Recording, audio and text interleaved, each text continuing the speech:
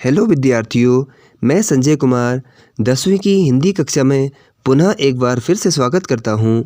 आज हम लोग क्षितिज पाठ्य पुस्तक का एक नया पाठ पढ़ेंगे जिसका नाम है नेताजी का चश्मा। विद्यार्थियों, नेताजी का चश्मा नामक पाठ के माध्यम से लेखक स्वयं प्रकाश ने देशवासियों, विशेषकर युवा पीढ़ी को राष्ट्र प्रेम एवं देशभक्ति की भावना मजबूत बनाए रखने के साथ साथ शहीदों का सम्मान करने का भी संदेश दिया है। इस पाठ में यह बताया गया है कि देशभक्ति का प्रदर्शन देश का सभी नागरिक अपने अपने ढंग से अपने अपने कार्यों के अनुसार कर सकते हैं। विद्यार्थियों, नेताजी का चश्मा नामक पाठ को लिखा है स्वयं प्रकाश जी ने। इनका जन्म सन 1947 में इंदौर मध्य प्रदेश में हुआ। मैकेनिकल इंजीनियरिंग की पढ़ाई करके एक औद्योगिक प्रतिष्ठान में नौकरी करने वाले स्वयं प्रकाश का बचपन और नौकरी का बड़ा हिस्सा राजस्थान में बीता। फिलहाल स्वैच्छिक सेवानिवृत्ति के बाद वे भोपाल में रहते हैं और वसुधा पत्रिका के संपादन से जुड़े हैं। विद्यार्थियों, इनका जो रचना काल रहा है वो 20वीं सदी का 8वां दशक रहा है। 8वें दशक में ये जो है उभर कर आए हैं सामने। और इनकी मुख्य जो रचनाएं हैं, इनकी जो कहानी संग्रह है सूरज कब निकलेगा, आएंगे अच्छे दिन भी, आदमी जात का आदमी संधान, ये इनकी उल्लेखनीय कहानियां हैं। और 20 में विनय और ईंधन, ये इनके चर्चित उपन्यास हैं। इन्हें कई सारे पुरस्कारों से भी सम्मानित किया जा चुका है। पहल सम्मान, बनमाली पुरस्कार, राजस्थान साहित्य अकादमी पुरस्कार आदि पुरस्कारों से पुरस्कृत हो चुके हैं। और इनकी जो कहानियां हैं उनमें जो है विशेषकर इनकी जो कहानियां हैं वो जो है वर्ग शोषण के विरुद्ध चेतना और सामाजिक जीवन में जाति, संप्रदाय, लिंग के आधार पर जो भेदभाव होता है उसके खिलाफ प्रतिकार का स्वर इसमें दिखाई देता है। पाठ का परिचय जानते हैं। चारों ओर सीमाओं से घिरे भूभाग का नाम ही देश नहीं होता। देश बनता है उसमें रहने वाले सभी नागरिकों, नदियों, पहाड़ों, पेड़ पौधों, वनस्पतियों, पशु पक्षियों से, और इन सब से प्रेम करने तथा इनकी समृद्धि के लिए प्रयास करने का नाम देशभक्ति है। नेताजी का चश्मा कहानी कैप्टन चश्मे वाले के माध्यम से देश के करोड़ों नागरिकों के योगदान को रेखांकित करती है, जो इस देश के निर्माण में अपने अपने तरीके से सहयोग करते हैं। कहानी यह बताती है कि बड़े ही नहीं, बच्चे भी इसमें शामिल हैं। विद्यार्थियों, प्रायः हम जो है देश के लिए बहुत ज़ोर ज़ोर से नारे लगा देना या फिर हाथ में तिरंगा लेके जाना या फिर सोच समझते हैं कि बॉर्डर पे खड़े होकर सेवा करना, ये तो देशभक्ति का हिस्सा है ही है। साथ में हम जो भी अपने स्तर से देश के प्रति जो भी कार्य कर रहे हैं, आप विद्यार्थी हैं, आप विद्या अध्ययन कर रहे हैं ताकि आगे हम देश का भविष्य बन सकें।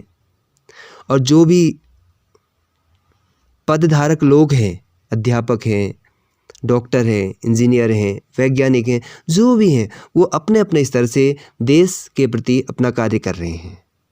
तो इसी तरीके से इस कहानी में बताया गया कि अपने अपने स्तर से हम देश के प्रति जो भी कार्य कर सकते हैं वो सब देशभक्ति का ही एक हिस्सा है। इस देश में जो भी प्राकृतिक संपदा है, जो भी यहाँ की परंपराएं हैं, जो भी यहाँ की जो है संस्कृति है, उससे प्रेम करना ही असली देशभक्ति है। हालदार साहब को हर 15वें दिन कंपनी के काम के सिलसिले से उस कस्बे से गुजरना पड़ता है। कस्बा बहुत बड़ा नहीं था, जिसे पक्का मकान कहा जा सके वैसे कुछ ही मकान थे, और जिसे बाजार कहा जा सके वैसा एक ही बाजार था। कस्बे में एक लड़कों का स्कूल, एक लड़कियों का स्कूल, एक सीमेंट का छोटा सा कारखाना, 2 ओपन एयर सिनेमा घर यानी कि ऐसे खुले में स्क्रीन लगा के जहाँ मूवी दिखाई जाती है, और एक ठो यानी कि एक नगरपालिका थी। नगरपालिका थी तो कुछ न कुछ करती भी रहती थी। कभी कोई सड़क पक्की बनवा दी, कभी कुछ पेशाब घर बनवा दिए, कभी कबूतरों की छतरी बनवा दी, तो कभी कवि सम्मेलन करवा दिए। इसी नगरपालिका के किसी उत्साही बोर्ड या प्रशासनिक अधिकारी ने एक बार शहर के मुख्य बाजार में बाजार के मुख्य चौराहे पर नेताजी सुभाष चंद्र बोस की एक संगमरमर की प्रतिमा लगवा दी। यह कहानी उसी प्रतिमा के बारे में बल्कि उसके भी एक छोटे से हिस्से के बारे में है। तो जैसा कि कस्बा है एक, वहाँ से हवलदार साहब जो किसी अपने कंपनी में कार्यरत हैं, तो अपने काम से वो कंपनी के काम से इधर उधर जाते रहते हैं। और जो उसका कस्बे के बारे में बताया गया कि छोटा सा कस्बा है, ज़्यादा वहाँ पर कुछ पक्के मकान हैं, कुछ कच्चे मकान हैं, एक आध स्कूल है और इस तरीके से। अब वहाँ पर नगर पालिका के द्वारा जो मुख्य वहाँ का जो चौराहा है, वहाँ पर एक प्रतिमा लगवाई गई है संगमरमर की, और उसी के बारे में यह कहानी है।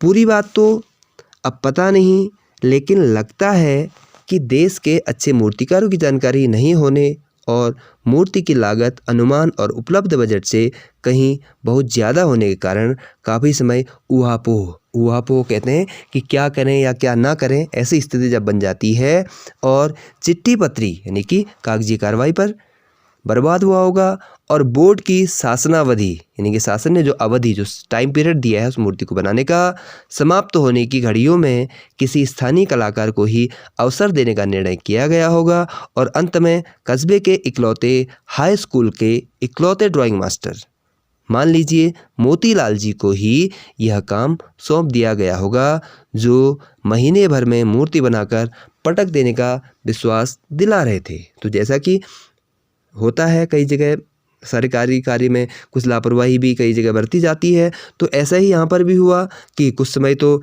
कैसे करें क्या नहीं करें, अब कुछ कहीं पर बजट की जो है समस्या आई, तो इस तरीके से ऐसी स्थिति हो गई कि क्या करें क्या ना करें। अब एक ही महीने का समय बचा है, तो मूर्ति बनाने के लिए अच्छा कारीगर तो कोई मिला नहीं, तो जो उसी कस्बे के एक इकलौते ड्राइंग मास्टर हैं जिनका नाम है मोतीलाल जी, उनको मूर्ति बनाने का काम सौंप दिया गया। जैसा कि कहा जा चुका है, मूर्ति संगमरमर की थी, टोपी की नोक से कोट के दूसरे बटन तक कोई 2 फुट ऊंची, जिसे कहते हैं वस्ट यानी कि चेस्ट के पास तक सर से, और सुंदर थी। नेताजी सुंदर लग रहे थे, कुछ मासूम और कमसिन यानी कि कम उम्र वाले फौजी वर्दी में थे। जैसा कि हम देखते हैं कि नेताजी हमेशा फौजी वर्दी में ही रहते हैं, उनकी फ़ोटो में ऐसी दिखती है। मूर्ति को देखते ही दिल्ली चलो और तुम मुझे खून दो मैं तुम्हें आज़ादी दूंगा, जो इनके नारे हैं वगैरह याद आने लगते हैं।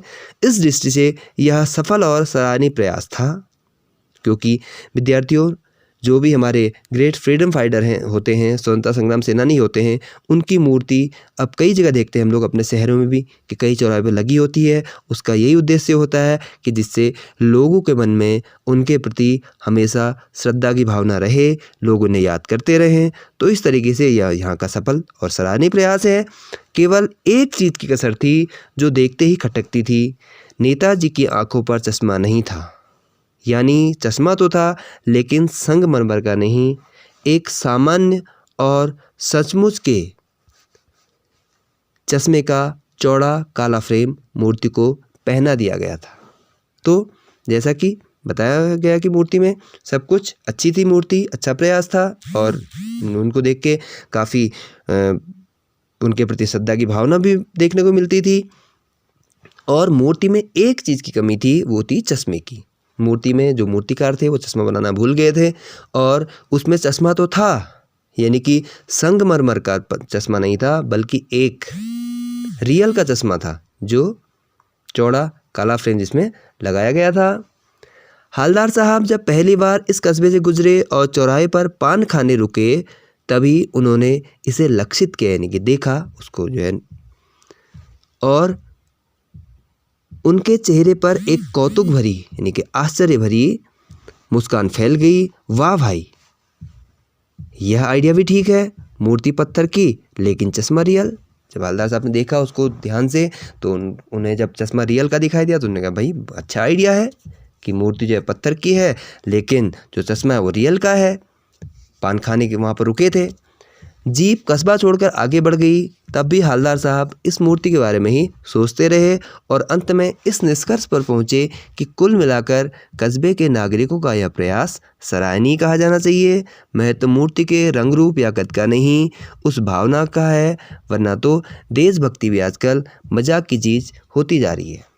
जब हवलदार साहब कस्बे से आगे बढ़े तो वहाँ पर से तब उन्होंने अपने दिमाग में सोचा कि चलिए जो भी है कुल मिलाकर ये जो नागरिकों का प्रयास है, जिसने भी बनाया, यह सफल प्रयास है, सराहनीय प्रयास है, क्योंकि इसमें जिसने भी इसको बनाया, चश्मा पहनाया है, उन्हें ऐसा लगता होगा कि यहाँ पर चश्मा, बिना चश्मे के उनको मूर्ति अच्छी नहीं लगती होगी नेताजी की, इसलिए उन्होंने यहाँ पर चश्मा पहना दिया है।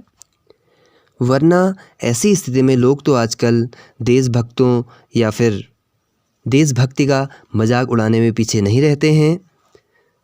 दूसरी बार जब हवलदार साहब उधर से गुजरे तो उन्हें मूर्ति में कुछ अंतर दिखाई दिया। ध्यान से देखा तो पाया कि चश्मा दूसरा है। पहले मोटे फ्रेम वाला चौकोर चश्मा था, अब तार के फ्रेम वाला गोल चश्मा है। हवलदार साहब का कौतुक यानी कि आश्चर्य और बड़ा। वाह भाई, क्या आइडिया है। मूर्ति कपड़े नहीं बदल सकती, लेकिन चश्मा तो बदल ही सकती है। अब जब दूसरी बार हवलदार साहब पान खाने के लिए रुके चौराहे पर, फिर मूर्ति की ओर देखा। अब की बार कुछ अंतर दिखाई दिया कि इस बार जो है चश्मा बदला हुआ है। तो हवलदार साहब को आश्चर्य हुआ कि बोले क्या आइडिया है, मूर्ति, कपड़े तो वही हैं, कपड़े तो नहीं बदले हैं, परंतु चश्मा बदल गया है। तीसरी बार फिर नया चश्मा। जब तीसरी बार हवलदार साहब आए तो देखा फिर नया चश्मा है। हवलदार साहब की आदत पड़ गई हर बार कस्बे से गुजरते समय चौराहे पर रुकना, पान खाना और मूर्ति को ध्यान से देखना। एक बार जब कौतूहल दुर्दमनीय हो उठा तो पान वाले से पूछ ही लिया, क्यों भाई, क्या बात है, यह तुम्हारे नेताजी का चश्मा हर बार बदल कैसे जाता है। जब हवलदार साहब ने देखा हर बार जब जाते हैं तो चश्मा नया नया दूसरा चश्मा मिलता है, तो उनका जब इस बार का जो आश्चर्य था, जो उनका कौतूहल था, वो दुर्दमनी, अब उसे यानी कि वो अपने मन में दबा नहीं पाए, तो उन्होंने पान वाले से पूछ ही लिया कि भाई क्या बात है, यह नेताजी का चश्मा हर बार कैसे बदल जाता है। पान वाले के खुद के मुंह में पान ठूसा हुआ था। वह एक काला, मोटा और खुशमिजाज आदमी था। हवलदार साहब का प्रश्न सुनकर वह आंखों ही आंखों में हंसा, उसकी तोंत थिरकी। पीछे घूमकर उसने दुकान के नीचे पान थूका और अपनी लाल काली बत्तीसी दिखाकर बोला, कैप्टन चश्मे वाला करता है। हवलदार साहब के पूछने पर पान वाले ने बताया कि वो पहले तो आंखों में हंसा, उसने मुंह में पान ठूसा हुआ था, उसने जब अपना पान पहले थूका, फिर उसके थोड़ा सा हंसा तो दांत दिखे, लाल काली बत्तीसी यानी कि जो है अधिक पान खाने की वजह से उसके दांत लाल और काले हो गए हैं। तो फिर उसने कहा कि ये काम कैप्टन चश्मे वाला करता है, चश्मा बदलने का। क्या करता है हवलदार साहब कुछ समझ नहीं पाए। चश्मा चेंज कर देता है यानी कि चश्मा बदल देता है। पान वाले ने हवलदार साहब को समझाया। क्या मतलब, क्यों चेंज कर देता है। हवलदार साहब अब भी नहीं समझ पाए। कोई ग्राहक आ गया समझो, ग्राहक यानी कि ग्राहक, उसको चौड़े चौखट चाहिए तो कैप्टन किधर से लाएगा, कैप्टन कहाँ से लाएगा, तो उसको मूर्ति वाला दे दिया, उधर दूसरा बिठा दिया। तो पान वाले ने बताया कि कैप्टन चश्मे वाला है, जब उसके पास कोई ग्राहक आता है तो उसे चौड़े चौखट चाहिए तो क्या करता है, चौड़े फ्रेम चाहिए तो मूर्ति वाला चश्मा निकाल के दे देता है, फिर वहाँ दूसरा चश्मा लगा देता है। अगली बार कोई आया तो उसे फिर मूर्ति वाला चश्मा पसंद आया तो हवलदार साहब ने कैप्टन साहब ने वो चश्मा उतारा, ग्राहक को दिया, वहाँ पर दूसरा लगा दिया। इस तरीके से वो करते रहते हैं। अब हवलदार साहब की बात कुछ समझ में आ गई। एक चश्मे वाला है जिसका नाम कैप्टन है, उसे नेताजी की बगैर चश्मे की मूर्ति बुरी लगती है, बल्कि आहत करती है, मानो बगैर चश्मे के बगैर नेताजी को असुविधा हो रही हो। इसलिए वह अपनी छोटी सी दुकान में उपलब्ध गिने चुने फ्रेमों में से एक नेताजी की मूर्ति पर फिट कर देता है। लेकिन जब कोई ग्राहक आता है और उसे वैसे ही फ्रेम की दरकार यानी कि आवश्यकता होती है जैसा मूर्ति पर लगा है, तो कैप्टन चश्मे वाला मूर्ति पर लगा फ्रेम संभवतः नेताजी से क्षमा मांगते हुए लाकर ग्राहक को दे देता है और बाद में नेताजी को दूसरा फ्रेम लौटा देता है। वाह भाई, खूब, क्या आइडिया है। तो इस तरीके से हवलदार साहब ने जब सोचा तो उनकी बात समझ में आ गई कि ऐसे ऐसे एक व्यक्ति है जिसकी एक छोटी सी दुकान है और वो इस तरीके से चश्मे चेंज करता है। ग्राहक जब मांगता है मूर्ति वाला जैसा चश्मा उसको चाहिए तो वहाँ से निकाल के दे दिया, वहाँ पर दूसरा नेताजी से क्षमा मांगते हुए वहाँ पर दूसरा चश्मा उनको लौटा दिया। इस तरीके से वो करता रहता है। लेकिन भाई एक बात अभी भी समझ में नहीं आई। हवलदार साहब ने पान वाले से फिर पूछा, नेताजी का ओरिजिनल चश्मा कहाँ है। पान वाला दूसरा पान मुंह में ठूस चुका था। दोपहर का समय था, दुकान पर भीड़ भाड़ अधिक नहीं थी। वह फिर आंखों ही आंखों में हंसा। उसकी तोंत थिरकी।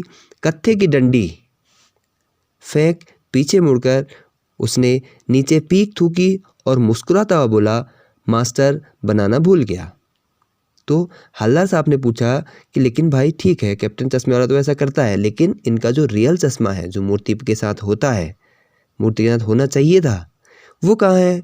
तो पान वाले ने बताया कि जो मास्टर था, मास्टर मोतीलाल, जिन्होंने मूर्ति बनाई थी, वह चश्मा बनाना भूल गए थे, क्योंकि उनको मूर्ति बनाने का ज़्यादा अनुभव नहीं रहा होगा। इसलिए उन्होंने, समय की भी कमी थी तो जल्दीबाजी में मूर्ति बनाई, तो चश्मा बनाना भूल गए। पान वाले के लिए यह मज़ेदार बात थी, लेकिन हवलदार साहब के लिए चकित और द्रवित करने वाली, चकित यानी कि हैरान करने वाली, और द्रवित थोड़ा सा उनको पिघलाने वाली। यानी वह ठीक ही सोच रहे थे। मूर्ति के नीचे लिखा मूर्तिकार मास्टर मोतीलाल वाकई कस्बे का अध्यापक था। बेचारे ने महीने भर में मूर्ति बनाकर पटक देने का वादा किया होगा, कर दिया होगा, बना भी ली होगी, लेकिन पत्थर में पारदर्शी चश्मा कैसे बनाया जाए, कांच वाला, यह तय नहीं कर पाया होगा, या कोशिश की होगी और असफल रहा होगा, या बनाते बनाते कुछ और बारीकी के चक्कर में चश्मा टूट गया होगा, या पत्थर का चश्मा अलग से बनाकर फिट किया होगा और वह निकल गया होगा। उफ़। तो जब पान वाले ने ये सब बताया तो उसके लिए एक मज़ेदार बात थी, लेकिन हवलदार साहब को थोड़ा सा बड़े आश्चर्यचकित हुए कि ये क्या बात है। फिर उन्होंने सोचा कि हाँ ठीक है, जो नीचे मास्टर का नाम लिखा है उन्होंने मूर्ति बनाई होगी, ज़्यादा अनुभव रहा नहीं होगा, तो उन्होंने कोशिश तो की होगी चश्मा बनाने की, या हो सकता है बनाते बनाते चश्मा टूट गया, या कोशिश की लेकिन नहीं बना पाए, तो कुछ भी कारण हो सकते हैं। तो इस तरीके से या हो सकता है बनाया होगा तो वो चश्मा निकल गया। हवलदार साहब को यह सब कुछ बड़ा विचित्र और कौतुक भरा लग रहा था। इन्हीं ख्यालों में खोए खोए पान के पैसे चुकाकर चश्मे वाले की देशभक्ति के समक्ष नतमस्तक हुए और वह जीप की तरफ चले। फिर रुके, पीछे मुड़े और पान वाले के पास जाकर पूछा, क्या कैप्टन चश्मे वाला नेताजी का साथी है या आज़ाद हिंद फौज का भूतपूर्व सिपाही? आज़ाद हिंद फौज जिसका निर्माण या जिसकी कह सकते हैं कि नींव नेताजी ने रखी थी। तो जब हवलदार साहब पूछते हैं कि ये कैप्टन चश्मे वाला कौन है, पहले तो उसकी देशभक्ति पर नतमस्तक होते हैं कि हाँ देशभक्ति व्यक्ति है, उसको नेताजी की बगैर चश्मे की मूर्ति अच्छी नहीं लगती है। फिर उसके बारे में पूछते हैं कि जैसे कैप्टन कहने में हम लोगों के माइंड में भी एक ऐसी छवि आएगी, जो कोई व्यक्ति होगा कि फौजी या हट्टा कट्टा कोई ऐसा व्यक्ति होगा, तो इसलिए उसको कैप्टन कहा जाता है। तो उन्होंने पूछ लिया कि कौन है वो कैप्टन चश्मे वाला। पान वाला नया पान खा रहा था। पान पकड़े अपने मुंह में से 1.5 इंच दूर रोककर उसने हवलदार साहब को ध्यान से देखा, फिर अपनी लाल काली बत्ती सी दिखाई और मुस्कुरा कर बोला, नहीं साहब, वो लंगड़ा क्या जाएगा फौज में, पागल है पागल, वो देखो वो आ रहा है, आप उसी से बात कर लो, फ़ोटो वोटो छपवा दो उसका कहीं। तो जब उन्होंने पूछा कि ये कैप्टन कौन है, तो उसने इस तरीके से पान वाले ने कैप्टन चश्मे वाले का मजाक उड़ाया कि बोला नहीं वो लंगड़ा है, वो लंगड़ा फौज में क्या जाएगा, वो तो पागल है पागल। देखो इससे ये समझ में आता है कि लोग देशभक्ति का कार्य करने वाले लोगों को पागल समझते हैं। फिर उधर से उसने इशारा करते हुए कहा कि वो देखो वो आ रहा है, आप उसी से बात कर लो और उसका कहीं फ़ोटो वोटो छपवा लो इसकी देशभक्ति के प्रति। यानी कि उसका मजाक इस तरीके से पान वाले ने उड़ाया। हवलदार साहब को पान वाले द्वारा एक देशभक्त का इस तरह मजाक उड़ाया जाना अच्छा नहीं लगा। मुड़कर देखा तो अवाक रह गए। एक बेहद बूढ़ा मरियल सा लंगड़ा आदमी, सिर पर गांधी टोपी और आंखों पर काला चश्मा लगाए, एक हाथ में एक छोटी सी संदूकची यानी कि बॉक्स और दूसरे हाथ में एक बांस पर टंगे हुए बहुत से चश्मे लिए अभी अभी एक गली से निकला था और अब एक बंद दुकान के सहारे अपना बांस टिका रहा था। तो इस बेचारे की दुकान भी नहीं फेरी लगाता है। हवलदार साहब चक्कर में पड़ गए। पूछना चाहते थे इसे कैप्टन क्यों कहते हैं, क्या यही इसका वास्तविक नाम है, लेकिन पान वाले ने साफ मना कर दिया था कि अब वह इस बारे में और बात करने को तैयार नहीं। जब पान वाले ने कैप्टन साहब का मजाक उड़ाया तो हवलदार साहब को ये अच्छा नहीं लगा। तो उन्होंने देखा कि उस आदमी को देख करके बड़े अवाक रह गए, यानी कि बड़े सन्न रह गए। एक बेहद बूढ़ा मरियल सा आदमी है, सिर पर गांधी टोपी, गांधी जैसी टोपी पहनते, वाइट वाली सफ़ेद टोपी, और बांस पर कुछ चश्मे टंगे हुए हैं। उसके अपनी दुकान भी नहीं है, एक गली से बाहर को निकल रहा था।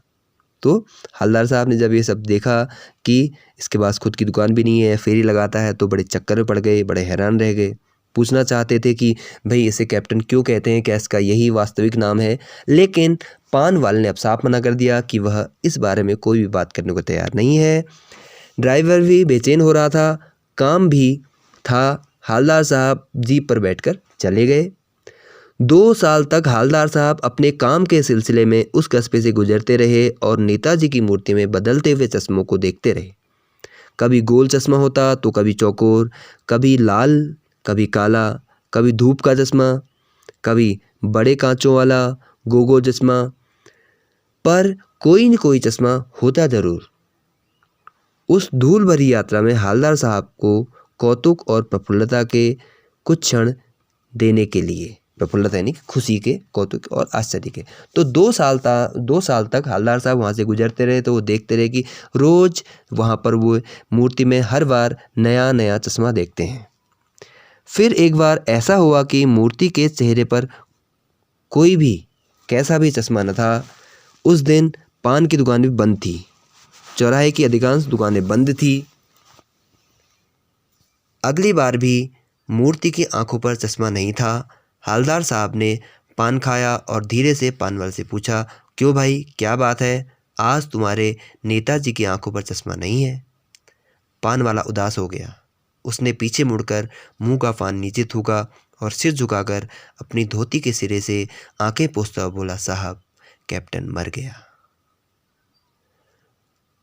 और कुछ नहीं पूछ पाए हवलदार साहब। कुछ पल चुपचाप खड़े रहे, फिर पान के पैसे चुकाकर जीप में आ बैठे और रवाना हो गए। जब एक बार हवलदार साहब वहाँ से जा रहे थे तो उन्होंने देखा कि इस बार मूर्ति पर कोई भी चश्मा नहीं है।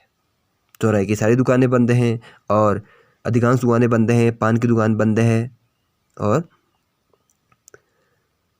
मूर्ति पर जो है कोई भी चश्मा नहीं है। अब हवलदार साहब ने जब आए हवलदार साहब तो पान खाया, चश्मे वाले से पूछा, अगली जब दुकानें फिर खुली थी तो उन्होंने पूछा कि क्या भाई, क्या बात है, अब आपकी जो नेताजी हैं उनकी आंखों में चश्मा नहीं है? तो पान वाले से पूछा तो पान वाला थोड़ा सा उदास हो गया। उसने अपनी धोती उठाई, उससे जो है उसने आँख पोंछते हुए बोला कि साहब, कैप्टन चश्मे वाला मर गया। अब हवलदार साहब बड़े दुखी हो गए और कुछ नहीं पूछ पाए और चुपचाप खड़े हुए, पान के पैसे चुकाए और वहाँ से फिर जीप में बैठकर रवाना हो गए। बार बार सोचते क्या होगा उस कौम का जो अपने देश की खातिर घर गृहस्थी, जवानी, जिंदगी सब कुछ होम कर देने वालों पर भी हंसती है। होम कर देने यानी कि लुटा देने, हवन कर देने, न्योछावर कर देने वालों पर जो है हंसती है और अपने लिए बिकने के मौके ढूंढती है। दुखी हो गए। 15 दिन बाद फिर उसी कस्बे से गुजरे।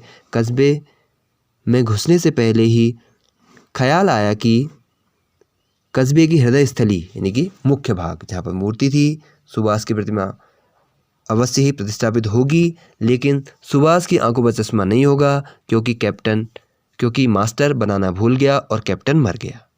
सोचा आज वहाँ रुकेंगे नहीं, पान भी नहीं खाएंगे, मूर्ति की तरफ देखेंगे भी नहीं, सीधे निकल जाएंगे। ड्राइवर ने कह दिया चौराहे पर रुकना नहीं, आज बहुत काम है, पान आगे कहीं खा लेंगे।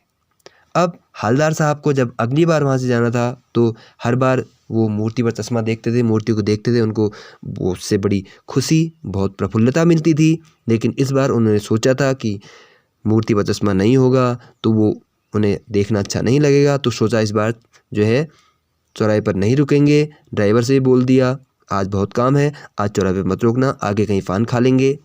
लेकिन आदत से मजबूर आंखें चौराहा आते ही मूर्ति की तरफ उठ गई। कुछ ऐसा देखा कि चीखें, रोको। जीप स्पीड में थी। ड्राइवर ने जोर से ब्रेक मारे। रास्ता चलते लोग देखने लगे। जीप रुकते न रुकते हवलदार साहब जीप से कूदकर तेज़ तेज़ कदमों से मूर्ति की तरफ लपके और उसके ठीक सामने जाकर अटेंशन में खड़े हो गए। अब विद्यार्थियों, होता क्या है कि हमें जिस चीज़ की रोज़ की आदत होती है, हम ना चाहते हुए भी वह काम कर लेते हैं। तो यही हवलदार साहब के साथ हुआ कि अनायास ही उनकी नज़र मूर्ति की तरफ चली गई। जब चौराहे पर पहुँचे तो देखा कि जो है मूर्ति पे जब चश्मा लगा हुआ देखा तो ज़ोर से चीखे कि रोको। जीप बहुत स्पीड में रुकी, सब लोग देखने लगे और हवलदार साहब जीप से तुरंत कूदे और सामने मूर्ति के सामने जाकर अटेंशन की स्थिति में, सैल्यूट की स्थिति में खड़े हो गए। मूर्ति की आंखों पर सरकंडे यानी कि एक प्रकार की लकड़ी होती है बना छोटा सा चश्मा रखा हुआ था, जैसे बच्चे बना लेते हैं। बचपन में बच्चे खेल खेल में इस तरीके से एक बांस के आकार का एक यानी कि सरकंडा एक लकड़ी होती है, उसमें बीच में छेद होता है, तो उससे जो है ये चश्मा बनाया गया था जैसे बच्चा बनाते हैं। हवलदार साहब बहुत वहाँ पर भावुक हो गए, काफ़ी इमोशनल हो गए। इतनी सी बात पर उनकी आंखें भर आई। ये जब उन्होंने देखा कि मूर्ति पर सरकंडे का चश्मा, तो उन्होंने उनकी आंखें भर आई, यानी कि उन्हें एक उम्मीद जगी कि देश में देशभक्तों की या फिर देशभक्तों का सम्मान करने वालों की कोई कमी नहीं है। तो इस तरीके से यह कहानी हमें संदेश देती है कि हमें देशभक्तों का मजाक नहीं उड़ाना चाहिए, अपने अपने स्तर से देशभक्ति का कार्य करना चाहिए। धन्यवाद। उम्मीद करता हूँ आप सबको ये समझ आई होगी।